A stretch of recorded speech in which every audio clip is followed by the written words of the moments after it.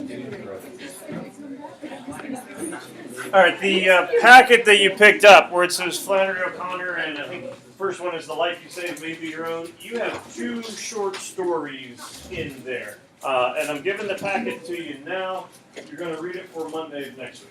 So there's 2 separate short stories. The first one runs through page 9, I believe, and then on the on page number 10 is where the second story starts, which is A Good Man Is Hard to Find.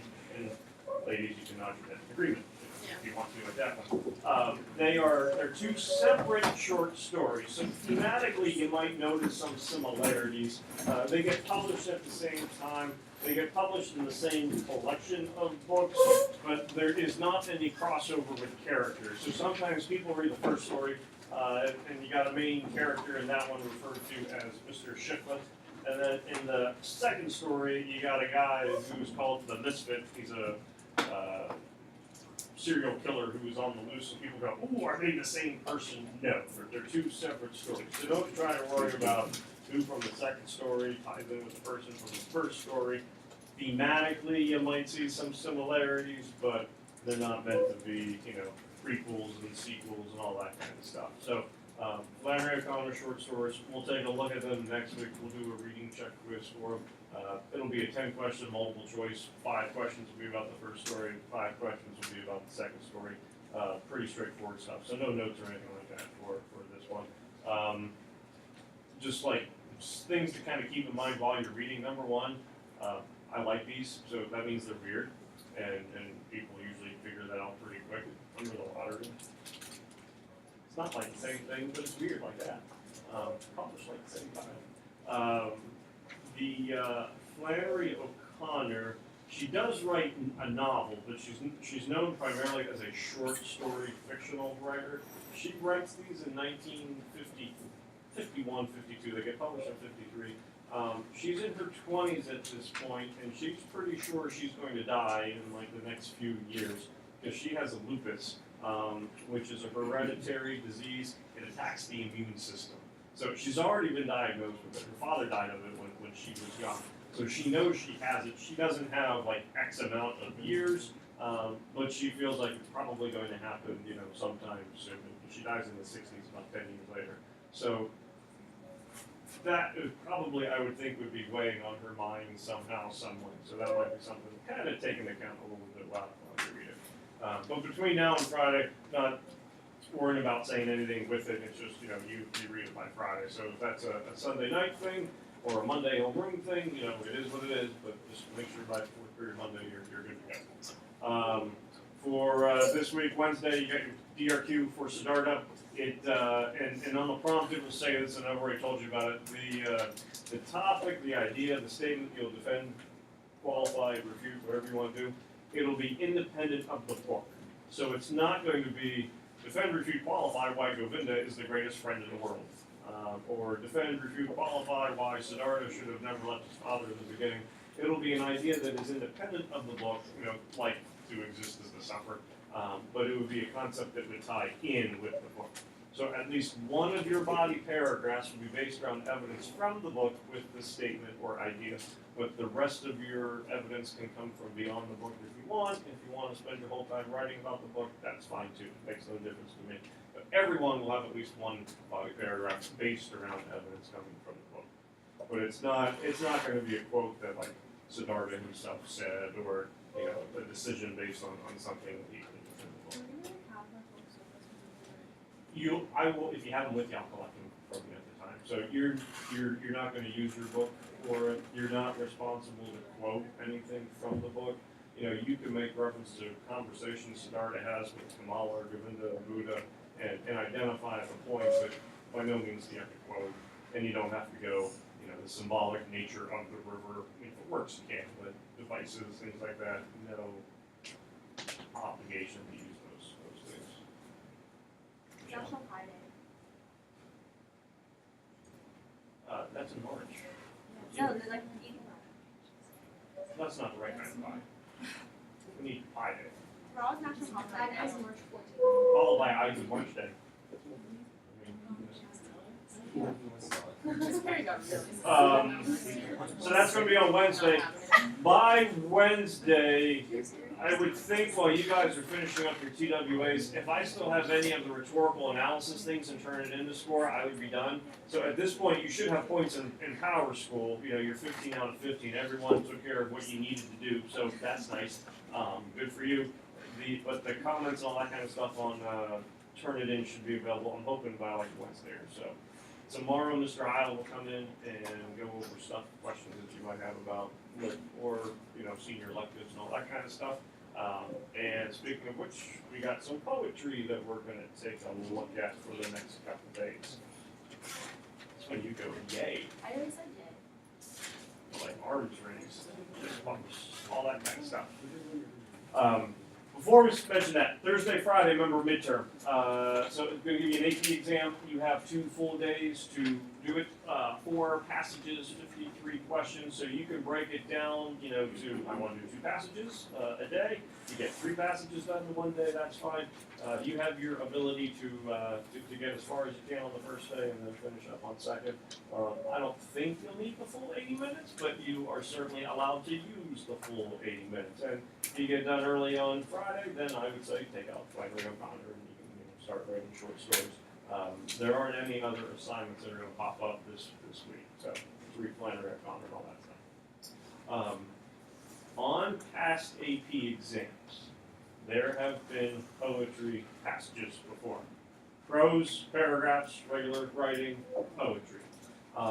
Your midterm will not have any poetry.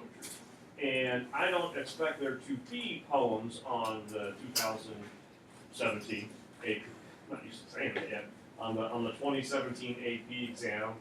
But in case they should ever appear, we're going to do some poetry. Starting you're not getting graded on anything that's in front of you right now.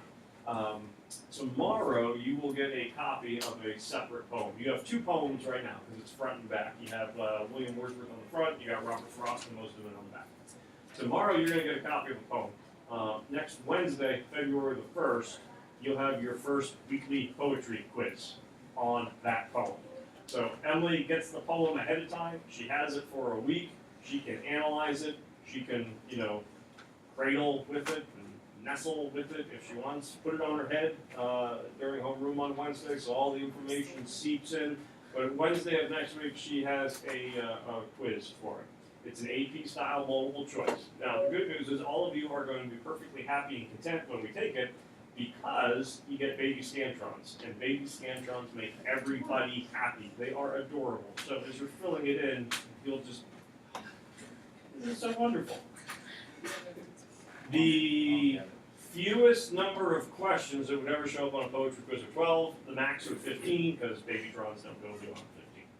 However many questions you have, that's the amount of time that you will have to answer. So if it's 13 questions, you have 13 minutes. If it's 14 questions, you have 14 minutes. 12 questions, you have 12 minutes. AP exam is a timed, close your jaw. AP exam is a timed exam, so this is a small, simple way that we kind of start integrating that time aspect into it. The poem that I give you, you can write on that poem. You can bring that poem back with you when we take the quiz.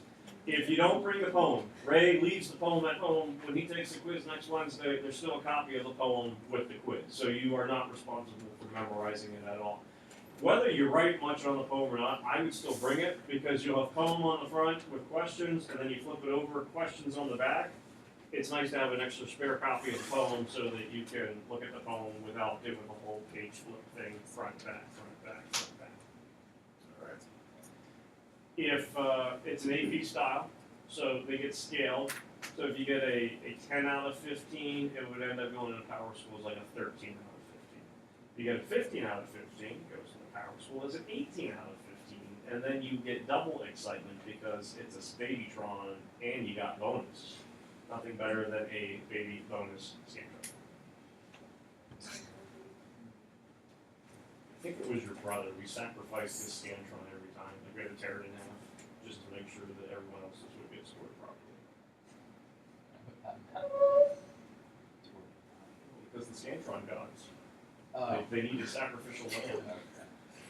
Why did you just Snarky sacrifice Clarky was the one that we used, because it worked every time, so. We'll go with Luke. Ah. So he just sacrificed it. No. Let him do the fan machine.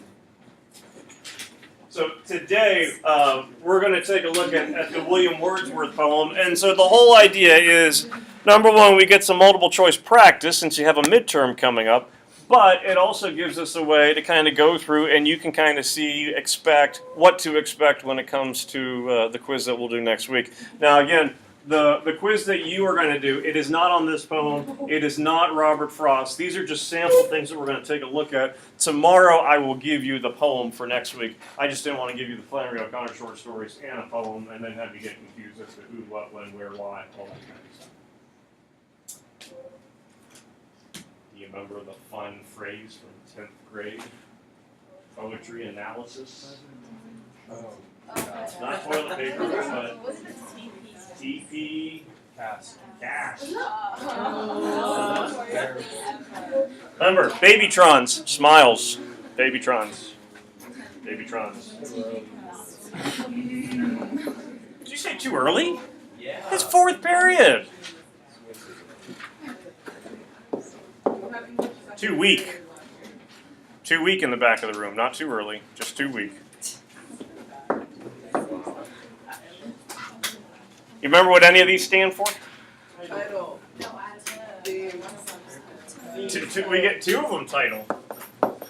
We get title, and then down at the bottom it's title revisited. I think I heard someone say theme, so we knocked out the T's. I think I heard an A too. Attitude. Style. Not style. Not symbol. Paraphrase is the P. That's Captain Crunch. Right. What? Cry? No, with happiness. The C is connotation, and the S is shift. So title, paraphrase, connotation, attitude, shift, theme, title, revisited. Now, tomorrow when you get your poem, it's just going to be a copy of the poem. Obviously, the questions are not going to be on there. You don't get to look at the questions and the answers for a week to figure out what you think it might be. But you'll have a lot of room on the page to certainly mess around with. I do suggest doing a TP cast. I think it would be a good idea. The thing that people fear about poetry, I think for the most part, is trying to figure it out, understand it. If you do take the time and you have a week to go over it, we don't really go over the poems in class. It's something for you to do on your own time. But if over the course of the week you do go through and do those things, you probably put yourself in a pretty decent position. Sometimes then when you even see the questions and answers, that helps kind of clarify some ideas that are going on. So by no means am I going to promise that you do that. Everything is going to align and it makes perfect sense. But it gives you enough time to figure out where there's any problem words, problematic phrases. You have the ability to define them. If there's a word in the poem you don't know what it means, you can write the definition down at the bottom of the page. You might get a question about it, you might not. Does not matter to me, but you certainly have the ability to try to figure it out as much as you can. So today we're just going to do a quick TP cast. It does not have to be a long, drawn-out, painful process, just to see what we think might be going on with this particular poem. So without having read it, you see the title, There Was a Boy. Any ideas, reactions, anything come to mind, or you noticed anything about the title itself? It's pretty simple, straightforward. Probably about a boy.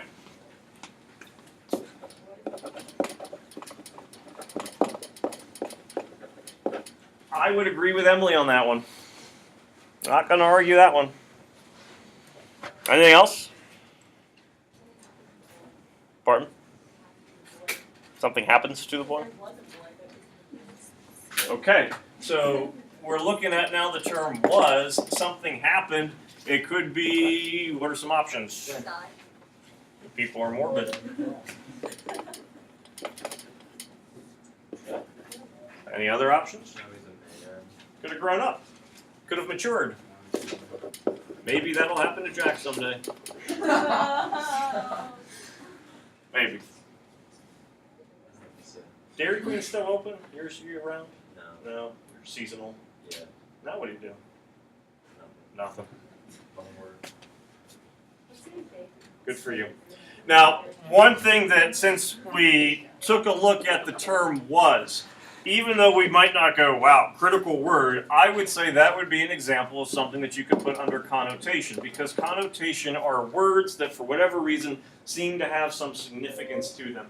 No, it's not probably symbolic or important imagery or some type of specific diction at this point, but we're taking a look at the fact that it is past tense. That might help lead us into figuring out what is going on with the course of the poem. So something as simple as that for the connotation, you can certainly still look at it as being specific. Sometimes the poems that you get will be broken up into stanzas. This one clearly is not. So when it comes to the paraphrase, I don't think that you need to feel the need to go word by word, line by line. I would try to break it up into chunks and get main concepts as to what is going on. I do think before you paraphrase, you do want to read the poem in its entirety. What did I do with my poem? Uh-oh. Not there. I do think it's a good idea to read the poem just to try to get a feel for it. People mess up reading poetry. Don't pause at the end of the line. Just read it. Follow the punctuation as you normally would, and it tends to make a little bit more sense. There was a boy. You're on to something. He knew him well, ye cliffs and islands of Lenander. Many a time at evening, when the earliest stars began to move along the edges of the hills, rising or setting, would he stand alone beneath the trees or by the glimmering lake. And there, with fingers interwoven, both hands pressed closely palm to palm and to his mouth uplifted, he, as through an instrument, blew mimic hootings to the silent owls, that they might answer him. And they would shout across the watery vale and shout again, responsive to his call, with quivering peals and long halloos and screams and echoes loud, redoubled and redoubled, concourse wild of yelping din. And when there came a pause of silence such as baffled his best skill, then sometimes in that silence, while he hung listening, a gentle shock of mild surprise is carried far into his heart the voice of mountain torrents, or the visible scene would enter unawares into his mind with all its solemn imagery, its rocks, its woods, and that uncertain heaven received into the bosom of the steady light. It all makes sense. So the first 5 lines or so, I'll tell you what, we'll go first 6. What's happening? Generally speaking, so we're going 1 to 6, ending at Glimmering Lake. We got a boy. What's he doing? I'm just like setting up the scene, like giving up where it is.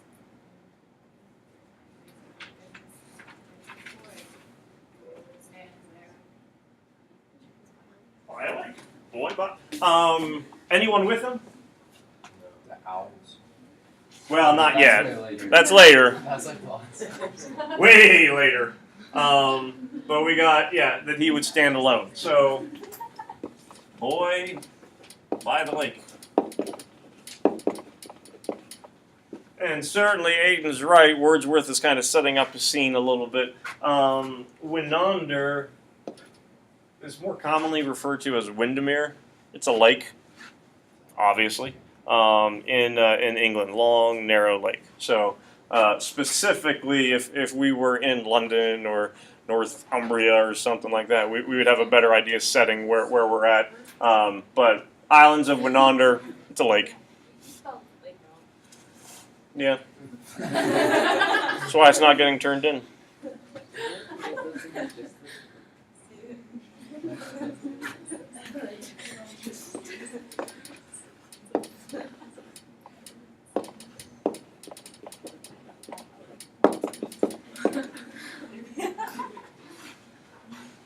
And there, fingers interwoven, both hands pressed closely palm to palm and to his mouth uplifted, he, as through an instrument, blew mimic hootings to the silent owls that they might answer him. So now what's going on? Anyone like do a good turkey call? Katie Botterman does one heck of a turkey call. I bet she does. She's bold. We should bring her in as guest speaker just to. So, boy by body of water, Hands up to his mouth, going woohoo, woohoo.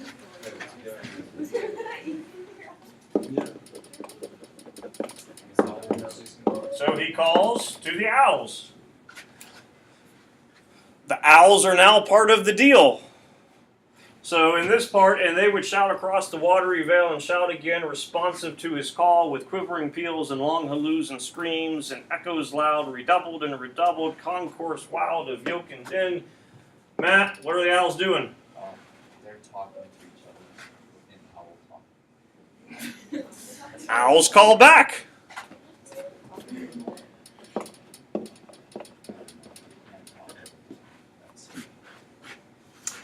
Anyone line 16, yoke and din?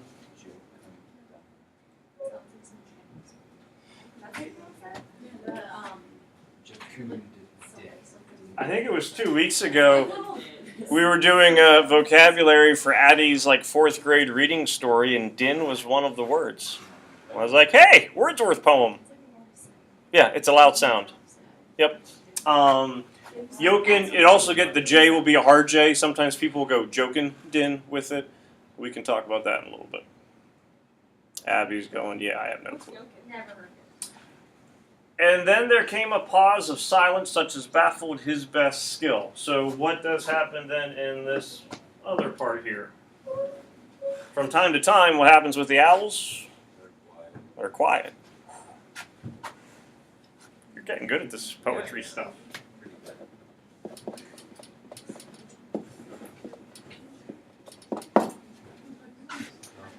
Then sometimes in that silence, while he hung listening, a gentle shock of mild surprise has carried far into his heart the voice of mountain torrents, or the visible scene would enter the unawares into his mind with all its solemn imagery, its rocks, its woods, and that uncertain heaven received into the bosom of the steady lake.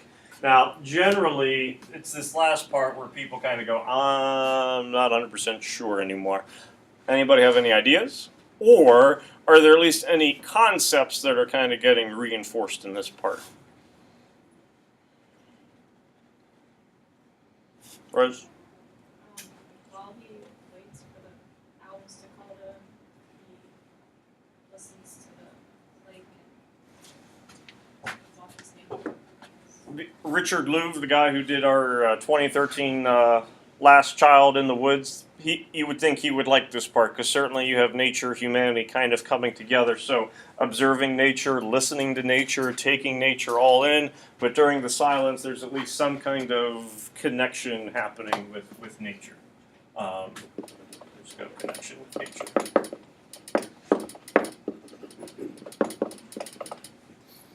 Anything else to add on?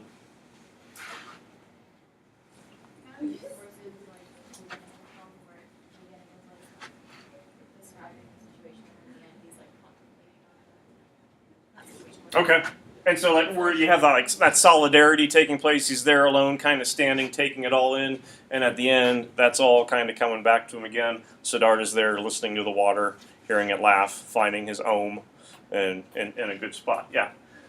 We took like 5 minutes. We did not do line by line. We did not get overly specific, but you read the poem and you're at least figuring out, generally speaking, what is going on.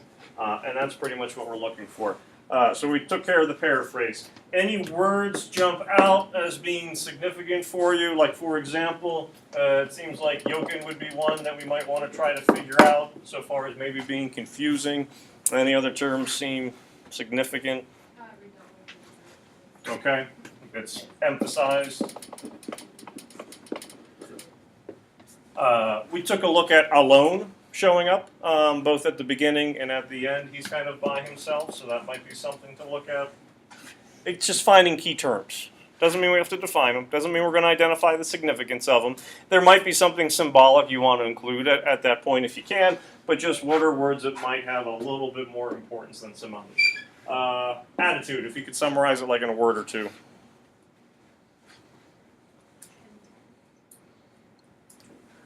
Content. Okay. Serene.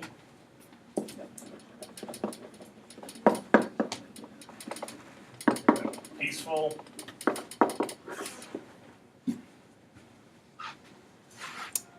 any shifts. Shifts could be in speaker, in time, setting, attitude. Might just be like a new event takes place. Jack? I think line 16 where it says, and when there came a pause, that's kind of a shift. Yeah, I would agree. And it's good at the beginning of, not lines meaning over here on the ed, but at the beginning of like new phrases, sentences. It's kind of juvenile and or so, but tend to be pretty key terms. Some type of transitional word you want to look for. It also, from a spatial standpoint, tends to work because it's midway through, and that's a good place to look. Now, if you do have stanzas that are already separated for you, that might give you some insight into where some shifts could occur. But yeah, I would agree for this one, line 16, where the word "and" shows up, gives us a pretty good shift. Theme, any ideas?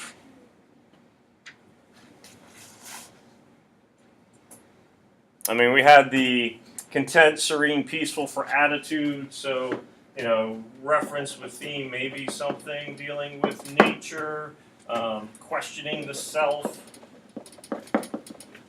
English class next year.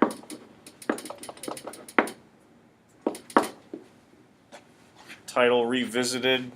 Think he does grow up? You think he does die? Think something else turns into an owl? He's dead. Reincarnated, I think it emphasizes that we were alone. He's the walk. It's simple. It's just there was a boy and like it was just him. Okay.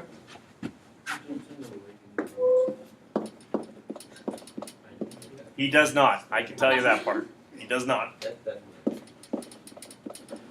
Do you think the story would be, or the poem, is it specific to only that boy, or could it be more applicable to other young males as well? Like, is it about a specific boy, or like just childhood in general? Okay. And for, No, I don't have. Wordsworth is 1700s to 1800s so far as time setting, so it certainly goes back a little ways. They're not going to be going, PlayStation and the Mercedes SUV, drawing on the glass and all that kind of stuff. So Matt's saying possibly to other boys. All right, you have 8 minutes. Answer some questions. Let's see how you do. I bet it won't even take you 8 minutes.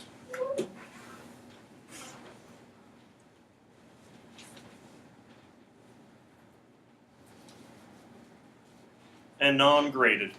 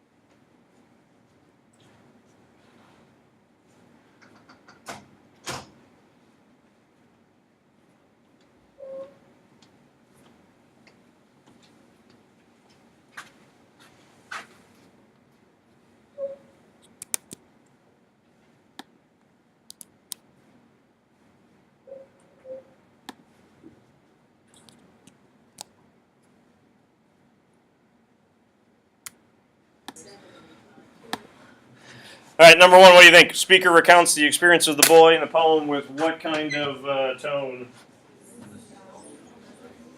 Nostalgic reverence. Okay. We're just going to go through all the answers first, and we'll come back. So if people are going, I think it's A or something, let me know. I'm not saying that is the correct answer.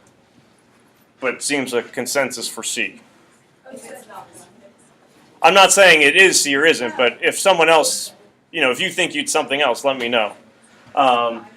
Which of the following illustrates apostrophe? What's apostrophe mean? Call out, talk to someone who's not there. A. Hang on. B or D? E or E? D. Looks like I said C or D. Just highlight everything. Yeah. It's okay. Tomorrow we'll probably do more explanation of them and go back.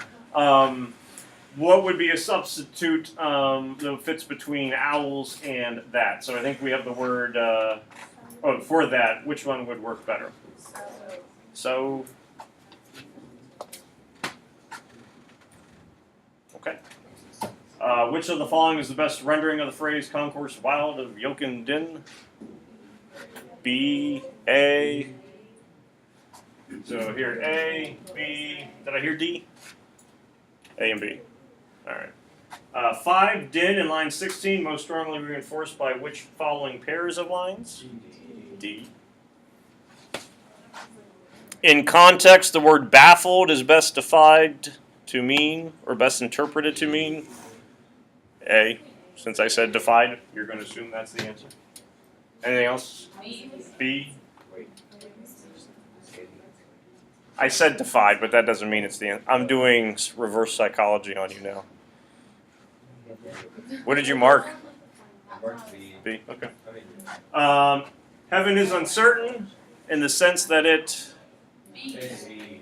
A. B, C, A. A. Heard an E. Yeah, let's just. Matt now says D for the sake of saying D.